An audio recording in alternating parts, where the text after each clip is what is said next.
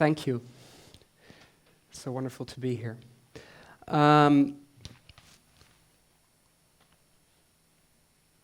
If all the work in the world were voluntary work, what would you do?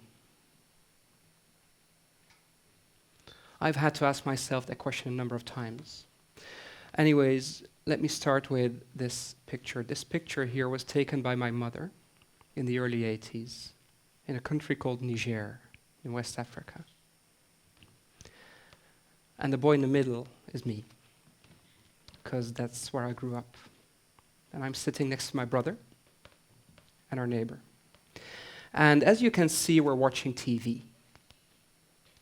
Now, watching TV in Niger is a big thing, because in our town, there were 2 TVs. Right now, in Niger, 90% of all the people have no access to electricity. So you could say that we were blessed.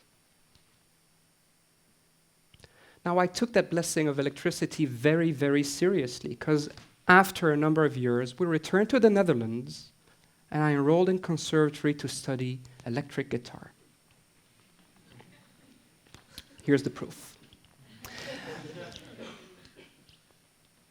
And then a few years went ahead, passed by, and I founded this little consulting business, and life was going well, and I became father of 2 amazing little boys. And a little while later, things went south. What happened was, I lost my work, I lost my relationship, I lost my money, lost my house, lost a whole number of things. It was time for a big reset. And I was sitting in this tiny little room, wondering about what to do next. And at that moment, I realized that I had a lot of power, because I'd lost everything, so I could win anything. And what I decided to do there was use this word a lot. I would get all these job opportunities, for instance, and I'd say no to them. Why? Because I decided that I would do work that I deemed useful in some sense. So I turned down all these work opportunities where I would do work just for the sake of earning money. Now we're going to fast forward a little bit, and I stole a little logo here. A number of years later, and this is a little while ago, I was looking at my life, and I was the owner of an energy company. And I was doing all these media things. And I was meeting with Greenpeace CEOs and TV appearances and growing a beard in the meantime and winning prizes at MIT. And what happened there was really interesting, because I wanted to know, how did I get here? Going from music to this whole situation. Well, let's rewind a little bit again. In 2006, I apparently had said no enough times to say yes to the right opportunity. And the right opportunity being answering the question, would you lead an energy company? What? Yes. So that's what I started to do. It was an energy company in very, very bad shape. Sales were bad, people were not motivated, and they needed a change. So they asked somebody who had some experiences with crisis to do something about it. And I was a complete newcomer to the business. I didn't know anything about energy itself. I knew something about people, though. So I would ask all these people around me, all these energy professionals, questions such as, what is energy? Now, the answers I got to these questions, to this one, sounded a bit like this. Some other people would answer me,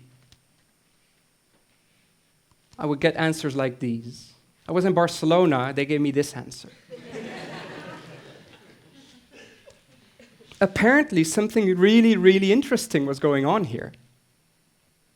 We had lost connection to the product we were selling. I went on and asked about sustainability.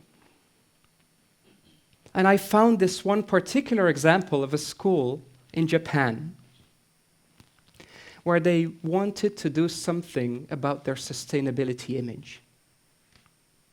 So what they do, they bought windmills. Makes sense, right? Now, apparently in that area, the wind wasn't too good, so these windmills would not turn by themselves. So what did they do? For the sake of upholding this sustainable image, they connected them to the power grid and made them turn. So that was sustainability. Good. I went on and asked even more questions about consumption, for instance, or sales, if you will. And of course, salespeople would show me charts like this one. You all know these charts. Sales are going to go up. Why? Well, because people all around the world are going to consume more and more and more and more energy. And I thought to myself, wait a minute. If we are selling a fossil resource and we're basically depleting the resource, how can we sell more and more and more and more? Isn't it the case that the chart should look like this? In fact, scientists that I spoke to approved that we are here. We're on the verge of the big turnaround. We're going to consume less and less and less and less fossil fuels. This particular picture taught me so much. For one, I found out that whatever we call alternative energy is not alternative. Sun, wind, water have been energy resources that we've been using for thousands of years. Oil, coal, gas are the actual alternative energy resources. Because we've only been using them for 100 and some years, and in a little while, they'll be gone. Now, this big turnaround is a very interesting thing, and they call it transition. And there are only 3 reasons why we are going to get back to this situation where we're going to rely on renewable resources. First is that we run out of fossil fuels. Second is that we run out of people. We're not there anymore. I don't like that option. Third is we find something better. And I like the third option. In fact, the Stone Age did not end because we ran out of stones, right? But then, what were we going to do? Because in the meantime, 3.5 billion people in the world still suffer from what we call energy poverty. And I believe that all humans are equal. Why not give them access to energy? Learning about all these numbers made me really sad. It made me angry. I wanted to do something about it, and I didn't know what. And I learned this quote by Richard Buckminster Fuller, who said, "You don't change things by fighting the existing realities. If you want to change something, build a new model that makes the old model obsolete." Now, I wanted to know, what is this new model? And I figured energy companies make money as they sell energy. The more they sell, the more they earn. But in doing that, they only serve one stakeholder, being themselves. Couldn't we find a way to design energy companies in such a way that they serve every stakeholder in a positive way? Including the environment, including society, including human beings such as you and me. And I thought of this energy company that would actually earn more money when it would sell less energy. Sounds impossible, right?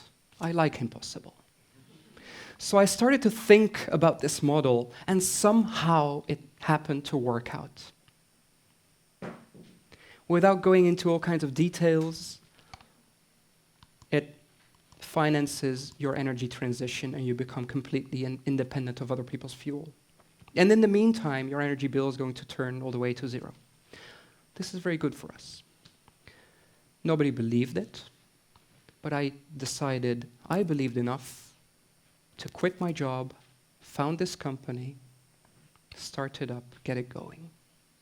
A few years later, the path to zero, as I called it, became successful, got a lot of attention, and this was the view from my office. So apparently, this very, very crazy plan worked. And as I was looking over the city of Rotterdam and thinking of all these thousands of buildings that were engaging on their path to energy independence, I decided to quit my job. Again, it was time for a big reset. Why? What just happened?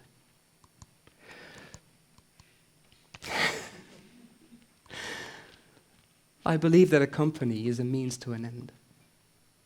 It's never an end in itself. And I wanted to serve the end. But I needed to find out what the end was, the higher purpose. Now, in order to get there, I decided to go back to Niger first. For the first time in 26 years, I was there, exactly there where I grew up. This is my old school. And this is my brother and I in front of our classroom. And this is my brother and I in front of our classroom. And I went inside the classroom and I saw that despite the fact that they have no electricity, they do have Excel. Vintage Excel, which is really, really cool. I found my old teacher, Monsieur Torodo. Great, great guy. Remembered all my grades, even the bad ones.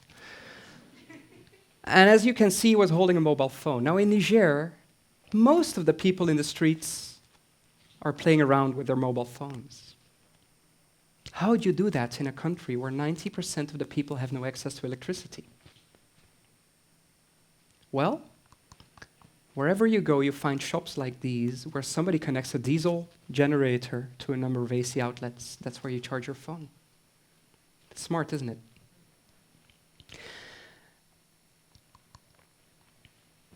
I went there not empty-handed. I brought a suitcase filled with lights, solar-powered lights, and some phone chargers also. And I wanted to distribute them among children and students. Why children and students? Because I believe that the Nobel Prize winner of the future needs light now. The fact is that these kids go to school during the day, then they come home, they have to help out their parents on the land. Then the sun sets, and they can do no homework. So by giving them light from a renewable resource, you give them the power to educate themselves and build a future. I brought these lights to a number of villages, such as this one, Koigolo. And in this particular village, I gave away 25 lights, but I didn't give them away for free. I wanted them to be worth something. So I wanted something in exchange, not money. I didn't want to have a pay back. I wanted to have a pay forward. I wanted these kids to do something that their community would benefit from. So for every kid that received a light, that kid would commit to plant a tree and maintain it. So that in turn, the positive yield would be larger. That said and done, one of the villagers thought that wasn't enough. So that afternoon he came to me and he gave me his sheep. I named her Sean, and I decided not to eat her. Sean is doing very well, in fact, because a few days ago I received a message that Sean had given birth to Timmy. I have 2 sheep now. Which means I've got to go back. And as I was in Niger, I saw these stories of positivity. Amazing positivity. That whole big change that we need, that whole transition is already happening. I found out, for instance, that the whole mobile network in Niger is powered by sunlight. And as you can see, sometimes one or two of these panels are borrowed for other purposes. The very first street lighting in the town that I grew up in is powered by the sun. So yes, we found something better. We are on that third option, the one that I liked. Good. So, to end this talk, energy, I believe, is a basic need. Nobody can go without. Therefore, it should be a basic right. My wish is to see if we can get clean energy included in the Universal Declaration of Human Rights. And I know for a fact that every company, every energy company, but even every individual can reshape their business model in such a way that it positively affects every stakeholder. Not only themselves and customers, but themselves as shareholders, customers, employees, families, suppliers, society, and the environment. And in the end, it's not our intentions that make the difference. It's not our ideas that make the difference. It's our actions. Thanks a lot.